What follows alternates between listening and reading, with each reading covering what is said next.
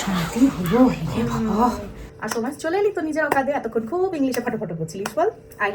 তাহলে ফড়িং, আমাদের এই পটিটা তো বাংলা পটি, মানে ওই যে আজকাল যেমন উঁচুতে বসে করে ওটা তো নয়। তো এবারে কি করে করলি? তো গুগলকে বলিস নি যে ইংলিশে ট্রান্সলেট হয়ে গেল? খুব তো এতক্ষণ ইংলিশ করছিলিস।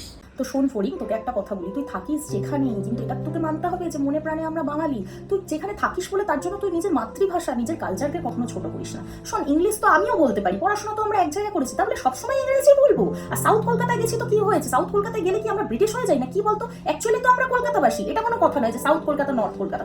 সব থেকে বড় মনে করে রাখতে হবে যে আমরা সবাই বাঙালি, ইনফ্যাক্ট আমরা ভেতও বাঙালি, বুঝলি? I am sorry.